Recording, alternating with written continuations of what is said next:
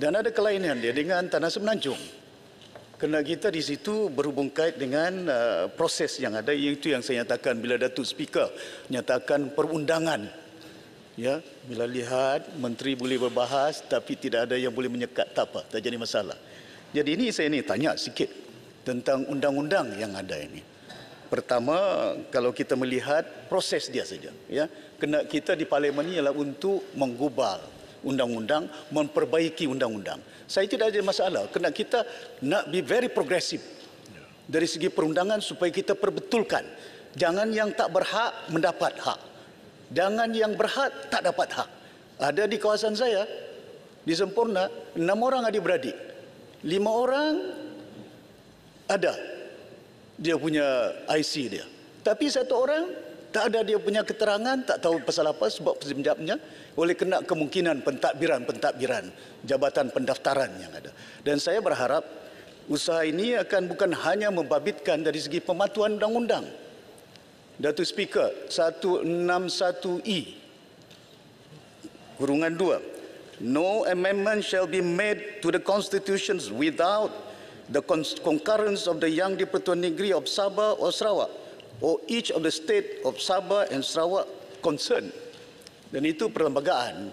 Datuk Speaker dah tanya tadi, itu peraturan standing order. Ikut peraturan. Oh, peraturan. Jadi saya ingat kita perlembagaan ini satu perkara yang the supreme. In Malaysia, the supreme is the constitution. Bukannya kabinet, bukannya eksekutif yang ada. Jadi saya ingin bertanya kepada Yang Berhormat Menteri sama ada konsen. Pasal di sini disebutkan tentang bahawa no amendment shall be made to the constitution without the concurrence of the Yang di-Pertuan Negeri of the state. Itu yang saya tanya. Satu bab yang saya nakkan supaya perkara ini perlu kita ikut peraturan. Ada pindaan. Kita tak ada halangan untuk menyokong pindaan dilakukan. Tapi dari segi perundangan yang ada, saya tak mau nanti hari ini undang-undang negara kita we bypass the law. Ya, MS63, Perjanjian 63. Saya tak mau nanti besok pula Perjanjian 63, the Federal Cabinet decided you amend that without consultation of the state government, whether Dewan Undangan Negeri, TYT doesn't have the right, the Chief Minister doesn't have the right, but the State Assembly. Dan saya ketua pembangkang di negeri ini. Dan ini yang saya nakkan supaya bersoalkan tentang perkara ini untuk membolehkan supaya perkara ini dapat kita perbaiki dari segi perjalanan penggubalan undang-undang di parlimen. It's not being political. I don't have any political motive. Yang penting kepada kita be progressive. Kalau untuk kepentingan rakyat, kepentingan negara kita, kita akan sokong. Tak jadi masalah. Saya setuju dengan segambut tentang gender. Perkara gender ini penting. Kita tak boleh berdasarkan oleh kerana undang-undang yang ada cuma bila ibunya ataupun suaminya. How can a woman be pregnant without the husband? Macam mana kita nak iktiraf? Tapi kadang-kadang teknologi AI yang baru ni ada implant. Tapi macam mana kita nak pastikan supaya the detail part of it, we have to be very meticulous.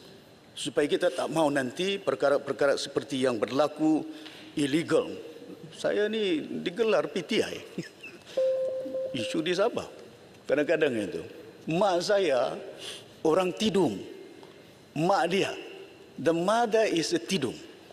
Tun Sakaran punya mak Tidung. Kalau Islam Tidung. Kalau Kristian Murut. You know, but yet, lempar macam-macam fitnah. Dilahirkanlah di sini, lahirkan macam-macam. Timbalan Menteri Pertahanan jadi PTI. Bekas Menteri Kanan jadi PTI. Macam mana? That's why I ask Menteri tadi tu, MM13, burung-burung, bancian. What does it mean? Pentadbiran. You have to make sure that pentadbiran jabatan-jabatan yang terbabit tentang perkara ini penting. Kita tidak mahu melihat penyelewengan berlaku. Ya, oleh kerana ada interest di antara mana-mana pihak. Yang penting berhak. Kalau seumpama itu anak ini dilahirkan, contohnya seperti ada isu tentang Palau di Sabah. Stateless kids yang ada. Stateless kids ini daripada semenjak sebelum negara kita merdeka. Dah ada di Sabah itu. Dia ni dilahirkan. Palau ini kalau anda bahasa, Palaut. orang laut. Tapi we cannot synchronize that supaya nama dia orang laut. Banyak orang laut. Dari Indonesia, dari Filipina, taklah boleh semuanya kita rangkumkan, bundle it together as if this is the seafarer. But dia dah berada di situ sebelum pun merdeka. Sebelum kita membentuk Malaysia. Daripada 14 berapa tahun dah ada di situ. Dilahirkan di boat, perahu. They don't go to the mainland. Tak ada registration, tak ada surat nikah dia. This is way yang penting kepada kita. Contohnya, kalau di kawasan bagi Muslim tak jadi masalah. Kena bila angkat nikah mesti ada tauliah dia. Tapi bagi pedalaman, kumpulan dusun, kedasan, ini kita dapati di Keningau. Banyak orang murut. Pasal itu, bila saya jadi ketua menteri, saya lakukan sesuatu perubahan yang tak pernah dilakukan. Mobile registration. Mantan Ketua Hakim Negara Tun Richard Melanjung, I organize dengan Chief Minister, dia babitkan, dan saya ingat Pago pun waktu itu bantu, masa itu dia Menteri Dalam Negeri ke apakah, untuk membolehkan supaya kita register asalkan dia layak, waktu itu, supaya kita tak mau dinaik, anak-anak kita tak boleh masuk universiti, tak boleh masuk sekolah. Bayangkan, saya sebutkan anak di Semporna ini 6 orang. Yang 5 orang tu masuk universiti yang lain. Yang satu ni tak boleh. Pasal apa? It must be very thorough. I went there, I asked, I said, please, can you process this? Oh, bukan main, sampai sekarang tak dapat. Baru-baru ini saya bagi anugerah, dia form 6. Dia anugerah bagi bantuan sikit, rupanya tak boleh melanjutkan sampai ke universiti. But these are local boys. Jadi saya harap dari segi pentadbiran dia, saya merayu kepada yang berhormat, tentang perkara ini kerana ini agak dekat dengan jiwa rakyat Malaysia yang berada di Sabah. Saya mohon pengesahan agar jaminan dapat diberikan tentang perkara-perkara yang saya sebutkan berhubung kait dengan kewarganegaraan ini, dan saya setuju dengan gender perkara itu yang berhormat segambut, that is very important, cannot be biased. Di dunia kita bias, nak kerja mesti ada wanita. Nak kerja mesti ada lelaki-lelaki. It must be irrespective. Whether they are foreigners, husband, whether they are women, the wife is foreigners, make sure that the children must have the right to become warga negara di negara kita. Tapi bab 1 saya nak teliti automatik. Ini perlembagaan. Artikel 1 lagi. 14. Automatik ni. Yang ni saya bimbang Datuk yang berhormat menteri. Kadang-kadang bila kelahiran subject to Article 18 and any married woman whose husband is a citizen is entitled. Ini yang dah saya sebutkan tadi. Tapi kelahiran secara automatik, kadang-kadang kita tak tahu.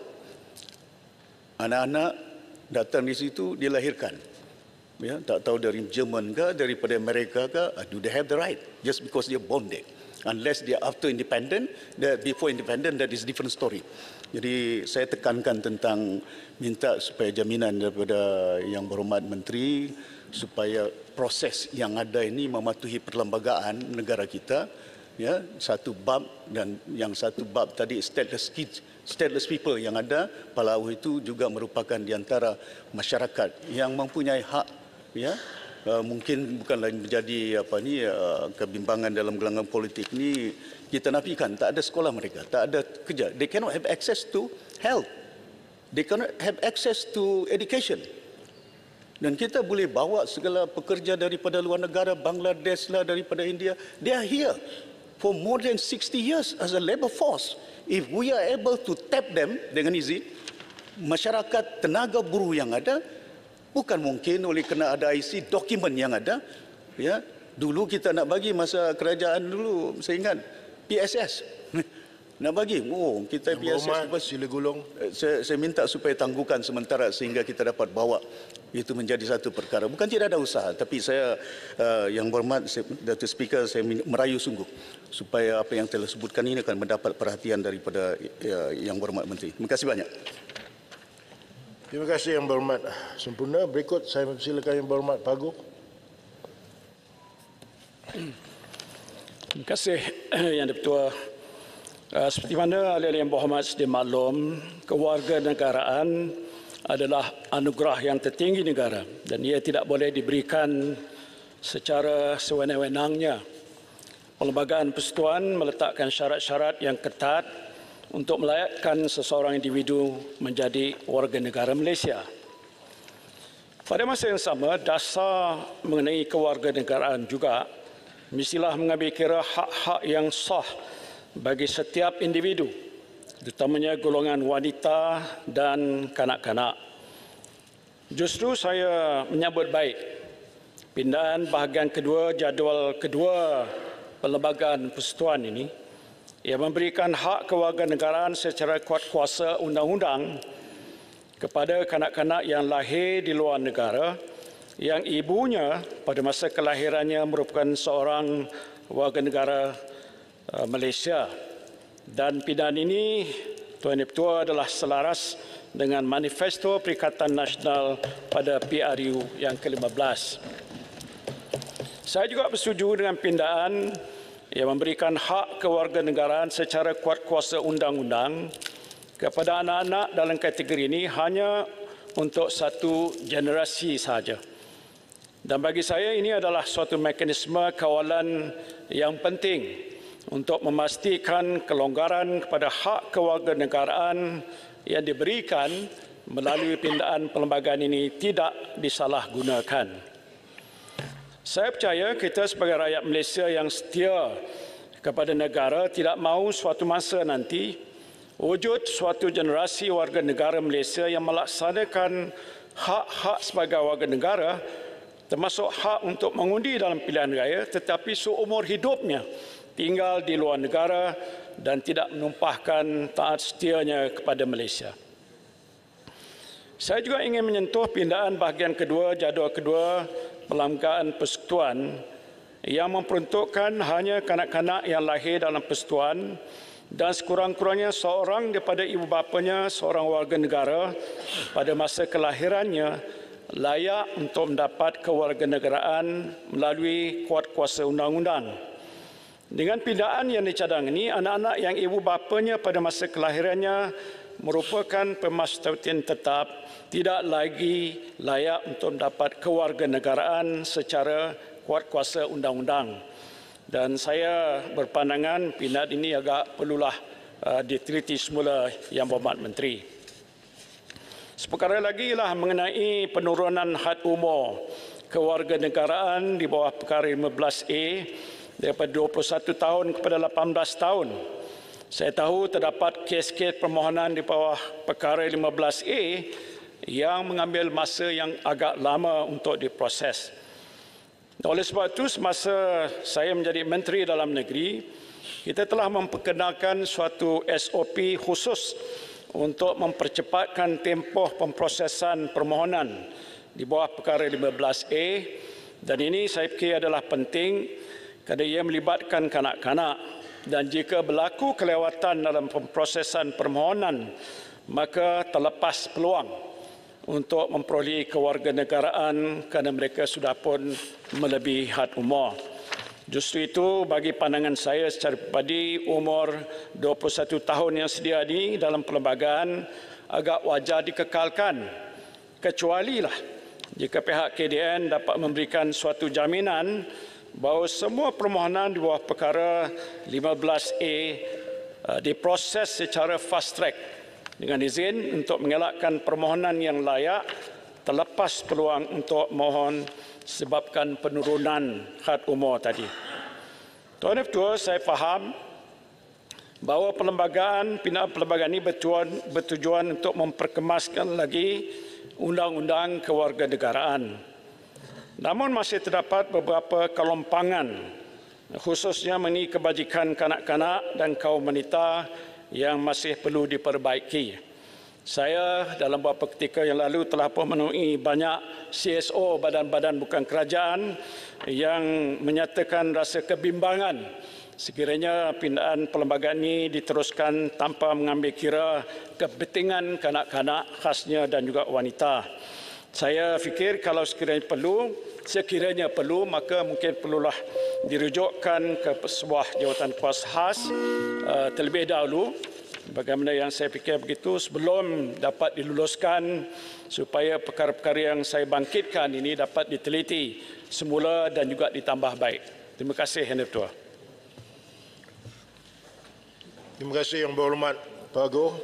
Berikut saya mempersilakan Yang Berhormat Aitam. Datuk Yang di-Pertua, terlebih dahulu saya mengucapkan selamat datang kepada pelajar dan guru SMKA Sultan Muhammad Melaka yang dipesan oleh Yang Berhormat Hang Tuah Jaya. Tahniah dan syabas saya ucapkan kepada Menteri Dalam Negeri kerana telah membawa satu pindaan perlembagaan yang cukup penting bagi kita. Sebentar tadi kita telah menyaksikan kedua-dua pihak nampaknya kita serasi dalam soal ini.